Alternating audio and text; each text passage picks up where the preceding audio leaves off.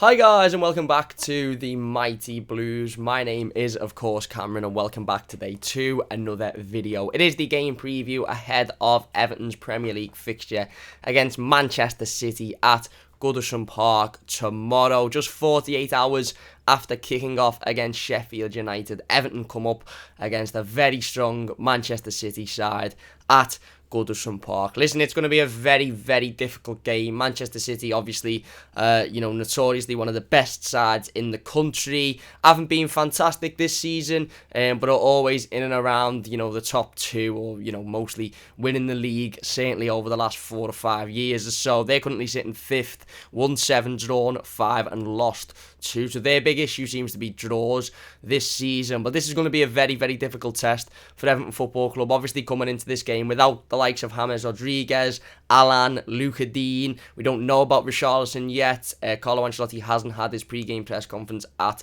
the time of recording, but the assumption is, given that Carlo Ancelotti said prior to the Sheffield United game that Richarlison had picked up a concussion and he wasn't going to be available for that game, the assumption is he will also miss tomorrow's game against Manchester City. So again, Everton coming into this with a weakened squad. We saw the weakened Everton team beat Sheffield United yesterday in a fantastic win. Wasn't a brilliant performance whatsoever. It wasn't the greatest game of football I've ever watched either, to be perfectly honest with you. It was quite a difficult watch, but ultimately at the end of the day we come away with the win, and that's all that matters. But it's going to be a different sort of test tomorrow. Sheffield United were a side who haven't won a game all season. Okay, they were coming with a lot of fight and with a lot of a lot of passion and want to win, but ultimately they haven't got the quality there. Defensively, they're struggling, and going forward, they haven't got the attackers, whereas Manchester City are a side, of course, notoriously, who've got very good attacking players, the likes of Riyad Mahrez, who's on fantastic form recently, scored a couple of goals in the Carabao Cup against Arsenal last week. Again, he's on absolutely brilliant form. City were victorious against Newcastle yesterday as well. So, ultimately, again, it's going to be a very, very difficult test for Carlo Ancelotti's Everton side. I think if Everton were going into this team with a fully fit squad, going into this game with a fully fit squad, i.e. James Rodriguez back and fully fit, Richarlison back and fully fit, Alan fully fit, Luca Dean fully fit, I'd fancy Everton's chances tomorrow. I'd fancy Everton to go out and get the 3 points. But the reality of the situation is we're not. We're coming in with a weakened squad, and a squad, of players that ultimately maybe do lack that cutting edge creatively. But again, what we saw against Sheffield United last time out was a lot of effort, was a lot of fight. Players like Tom Davies coming into the side, taking their opportunity. Absolutely brilliant performance by Tom Davies, masterclass of a midfield performance. Will it be much more difficult for him tomorrow? Of course it will. He's coming up against a much better team than he did yesterday, a much better midfield than he did yesterday. And again, players like Alex Iwobi have been on fantastic form recently, but still, really need to find that little bit of creativity in the final ball. Bernard come off the bench and played really well yesterday. Anthony Gordon got an opportunity. So Everton are a team coming into this game with a lot of confidence. 4 wins out of 4 in the Premier League. Okay, we had that defeat to Manchester United within that, but sort of rubbed that off yesterday and went on again. 12 points out of 12, even without key players. But again, we're coming up against a very, very, very good squad. And this is something that we spoke about after the Manchester United game, midweek, was that, again, we're coming up against the Manchester City team whose squad is... we spoke about against Manchester United how their squad ultimately beat us, and they were able to bring on the likes of Martial and Rashford off the bench, and we were bringing on the likes of Cenk Tosun, who don't really have an impact on the game whatsoever. And I can't help but feel like we're in a bit of a similar situation tomorrow. Now, this doesn't mean that we should go into this game with the defeatist mentality. If one thing Carlo Ancelotti's shown and brought to this football club since he's been here is a winning mentality, a mentality of, you know what, you go out and you give it 110%, and sometimes you'll win, sometimes you won't win, but you go out and you make the effort. And ultimately, Manchester City aren't an invincible side. This is, Manchester City notoriously over the last couple of years in the Premier League have always been that side that I think pretty much every club looks at the start of the season and thinks, right, okay, we can write those 2 games off because they're a very good team. But look at Manchester City so far this season. They've dropped points to sides that, ultimately you'd expect Everton to go out and beat. They dropped points to West Brom a couple of weeks ago, just before Slaven Bilic was sacked. The West Brom team, who was struggling to pick up any points in the Premier League, they dropped points to them. And they've dropped points to other sides so far this season, which, ultimately, again, it sort of exploits their weaknesses, and Everton need to go out and exploit Manchester City's weaknesses tomorrow. Like I said, they're not a perfect side. They're not a perfect side by any means. 7 wins, 5 draws, 2 losses. They're sitting 5th in the Premier League. Not many times at any point in a Premier League season have you sat there and been able to talk about Manchester City and say they're 5th in the Premier League. Usually, even at the start of the season, they're in and around the top 2. Usually top of the league, fighting and continuing. And they might drop points on the odd game, but they very rarely go 5 draws in their opening, 14, 15 games of the season. 2 losses again. Like I said, they're not an easy team to beat, but there's definitely weaknesses that you can exploit. And ultimately, Everton need to be able to look to do that tomorrow whilst being very, very defensively solid. Because you can never, ever underestimate this Manchester City side. They're still a side with an awful lot of quality going forward. Look what they did to Arsenal midweek in the Carabao Cup. Now, Arsenal aren't a brilliant side this season. They've got their troubles whatsoever, but they're a decent Premier League side. They've got decent players. Manchester City didn't even get out of 3rd gear, even 2nd gear in that Carabao Cup game midweek, and they absolutely wiped the floor with Arsenal. They wiped the floor with them.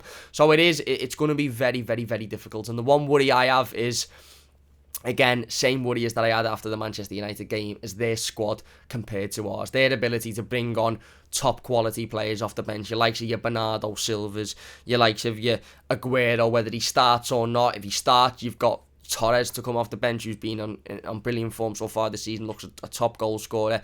Other way round, you've got Aguero to come off the bench, one of the most prolific goal scorers in Premier League history, maybe even the most prolific goal scorer. Some would say the best striker in Premier League history. You've got him to come off the bench. İlkay Gundogan, who's been on fantastic form so far recently. John Stones, who's coming into his own a little bit and starting to perform to the level that I think Manchester City expect him to. Riyad Mahrez, like I said, who's been on brilliant form. They have got a couple of injuries to their squad. They've got a couple of doubts. Obviously, it was announced on Christmas Day that Gabriel Jesus and Kyle Walker, unfortunately, have both been tested positive for COVID-19. So firstly, I just want to say I wish them a very speedy recovery, because that's never good news, but that does mean they'll be unavailable for this game. I think Eric Garcia picked up an injury as well in a European game a couple of weeks back, which means that he may be unavailable for this game. So they've got their fair share of injuries like everybody else. I think Fernandinho may be back for tomorrow. But ultimately, when a side like Manchester City has 3, 4, 5 injuries, they can just bring in players who are equally as good, or certainly better than a lot of Premier League players who can just come in off their bench to replace them with. We haven't got the luxury of doing that yet, because we haven't got that squad depth. We haven't got that squad size.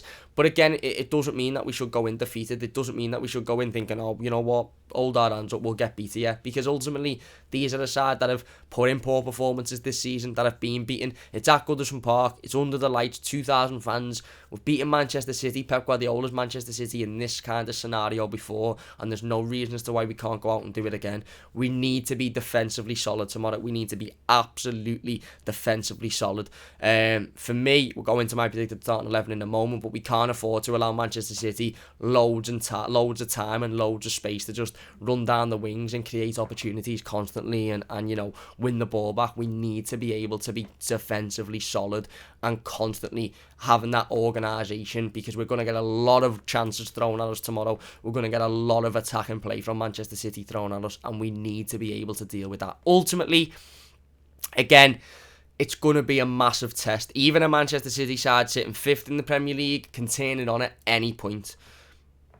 It's up to Everton to actively go out and make sure Manchester City don't put in one of those top performances that we know they're so capable of. The problem with Man City this season has been inconsistency. One week they're brilliant, the next week they're absolutely dreadful. Again, only picking up a point against West Brom is a woeful result for them, but West Brom worked their bollocks off, took their chance, and then defended really, really well. And Manchester City just weren't on it yesterday. Now, the hope is for Everton tomorrow that Manchester City aren't on it tomorrow, and they put in another poor performance and they don't fancy it. But Everton have to be at 150, 200% to be able to go out and match this Manchester City side, who have got a lot of quality and a lot of strength in depth.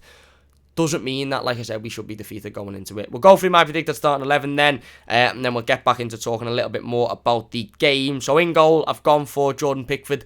Again, thought he'd done okay against Sheffield United. Didn't really have an awful lot to do, to be fair, but whatever he needed to do, he done well. He made a decent save at the end of the first half as well, where the ball comes flashing across the goal line and he just gets his hand to it. A really, really clever save by Jordan. And ultimately, look, maybe Carlo might decide to bring Robin Olsen in. We know Carlo's, switched the goalkeepers up and rotated them so far this season. Squad rotation is going to be interesting to see from Everton's point of view tomorrow as well. Obviously the likes of Ben Godfrey, Mason Holgate, Yerry Mina all played 90 minutes yesterday, just 48 hours before Michael Keane come off, so the expectation is that he'll start. Gylfi Sigurdsson played 90 minutes in the game, and, ultimately, will he be able to be fit to play tomorrow? You've got the likes of Tom Davis, who played a large chunk of the game, Dominic Calvert-Lewin, who we need to be available tomorrow, so we need him to be fit going into it. But anyway, I've gone for Jordan Pickford in goal. Like I said, no real issues against Sheffield United, didn't do anything stupid.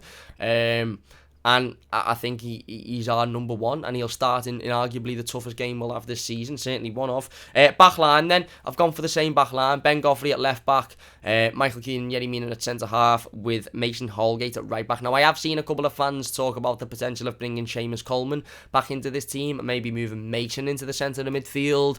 I just think this is a back line who have played 4 Premier League games in the last couple of weeks, won all 4 and only conceded 1 goal, and that was from a penalty, which was a silly penalty to give away. We haven't conceded a goal from open play since we've had that back line, and I understand that squad rotation comes into it, and I understand that certain players may need to be taken out and rested, etc, etc, but for me, I'd stick with that back line. Luca Dean isn't going to be available, so we don't need to discuss the left back position.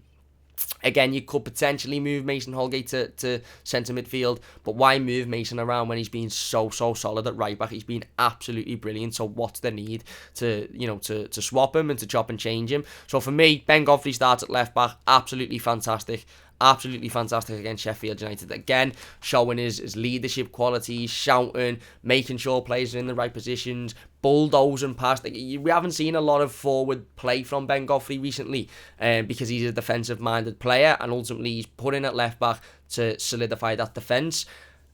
But the odd time that we have seen him get forward, he's so good, isn't he? He's so quick, he breaks forward with pace, his energy is fantastic, and he just bulldozes his way past everybody to get forward. He's been absolutely fantastic, and again, like I said, another reason for me as to why we keep the same back line is this back line is very much designed to be defensively organised and to soak up the pressure, and ultimately to be the best defensive line that we have. Do I think Mason Holgate is a better right back than Seamus Coleman? There's an argument there, but probably not in the long run. Do I think Mason Holgate's a better defensive right back than Seamus Coleman? I do. I think he's better defensively, and that's why he'd stay in there. Same with Ben Godfrey at left back. Obviously, there's no argument there because Luca Dean isn't going to be fit, but Ben Godfrey defensively is the right player to have in that position. He's been absolutely fantastic recently. He hasn't put a foot wrong. Going forward, the odd occasion that he does get forward, he breaks through with pace. He doesn't throw a lot of balls into the box, but defensively, he's been very solid. And for me, he starts tomorrow. Centre-backs, then I've gone for Michael Keane and Yerry Mina. Again, Michael Keane come off yesterday against Sheffield United. He did seem to be, hopping a little bit, but that was probably just down to the fact that, again, he's played a lot of games, and I think Carlo Ancelotti took a precaution to take him off because he knew that he was going to be vital in the game against Manchester City. Yerry Mina, again, another really solid performance from him yesterday. Didn't have a massive amount to do, but what he had to do, he done well. He's big, he's physical, he won all of the headers in the air. He used his size to his advantage. He was demanding, and again, why change a winning back line? I understand squad rotation, but certainly for the centre backs, if you were to change the centre backs for squad rotation, who comes in? Do you maybe put Mason back at centre back? I don't know. I don't think Jared Branthwaite's ready to step in, certainly in a game like this with very little Premier League experience at all. No Premier League game so far this season. So for me, it stays with Yerry Mina and Michael Keane, and then right back, like I said, Mason Holgate. Seamus Coleman could very well start this game, and it wouldn't surprise me because Mason played the 90 minutes against Sheffield United. Carlo might think, right, we'll give him a rest. He's still only just coming back from a real tough injury. We don't want him to get another injury. We'll give it to Seamus Coleman this game. He's the more experienced. He's the captain, etc, etc. But I just think Mason's a little bit more defensively minded, and I think that back line of Godfrey, Mina, Keane and Holgate have been so good in recent weeks, especially against Leicester and Chelsea, who are two very good attacking sides who throw a lot at you attacking wise. it's a similar game tomorrow. We're coming up against the Manchester City side who will throw a lot of us going forward. We'll try and create, we'll try and get behind us, and we'll ultimately try and put a lot of pressure on this defence. So let's keep with the same back line that soaked up that pressure so well against Chelsea and Leicester and even Arsenal, despite the penalty. And again, why change what's working? I get squad rotation, and it wouldn't surprise me if Seamus Coleman come back in, but for me, I'd keep it the same. Going into the midfield then, I've gone for Abdoulaye Doucouré in the centre. Absolutely fantastic performance again yesterday, so dominant, really good going forward. Ultimately, again, we're going to need a lot of energy in this midfield, and this is where the Everton team and the Everton squad comes, this is where I think we have a little bit of an issue, because you'll look at the starting 11 I'm going to pick and you'll think, well, where's the rotation there, Cam? There's no rotation.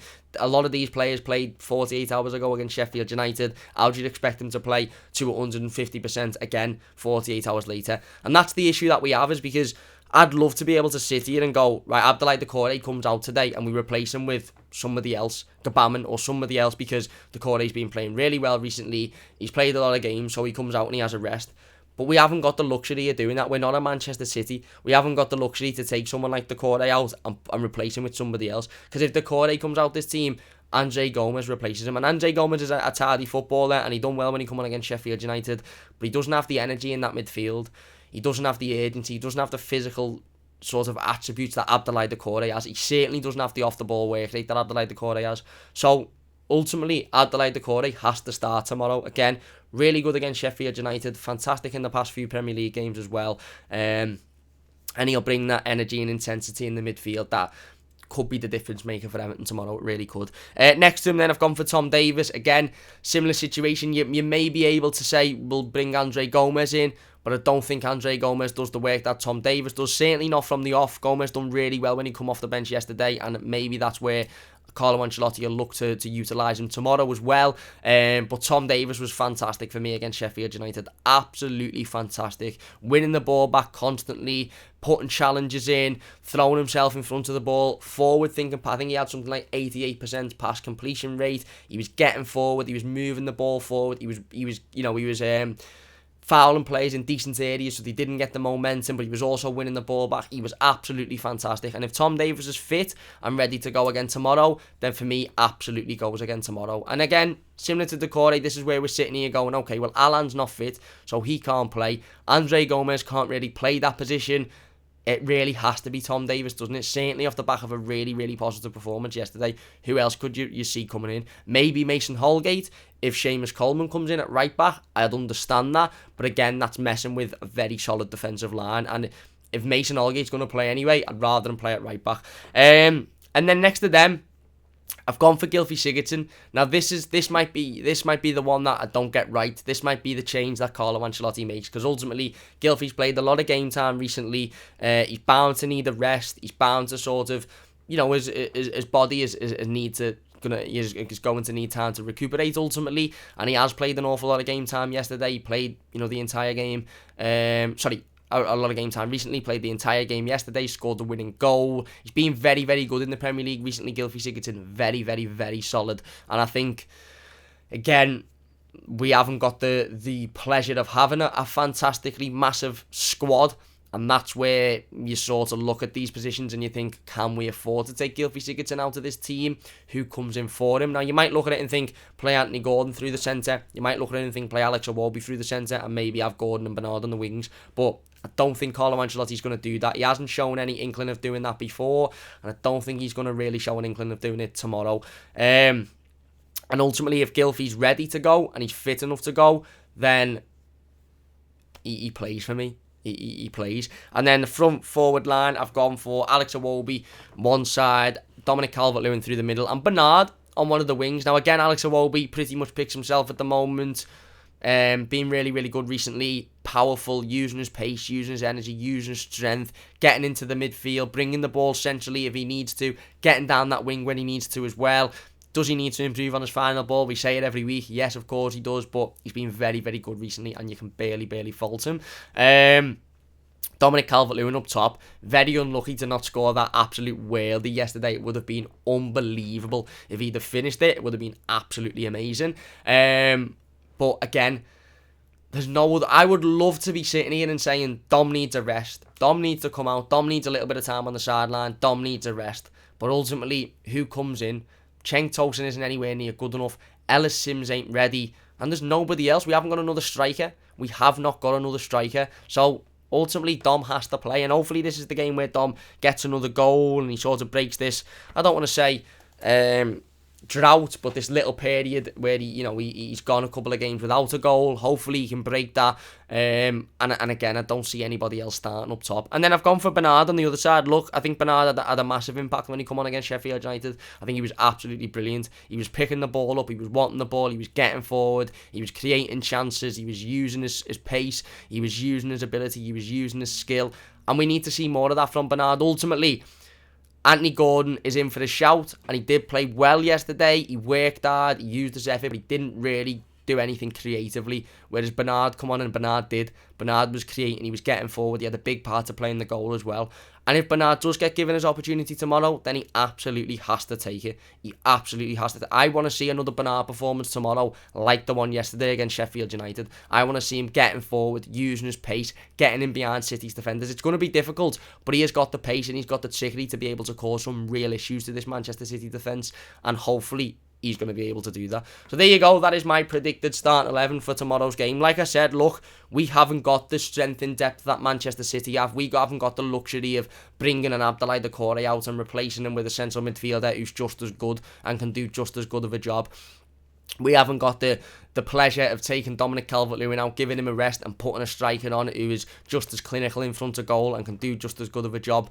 And that's where Everton might struggle tomorrow. We might be sitting here again midweek after this game talking about a very similar situation as the one against Man United, where we just don't have the squad to compete with a side like Manchester City.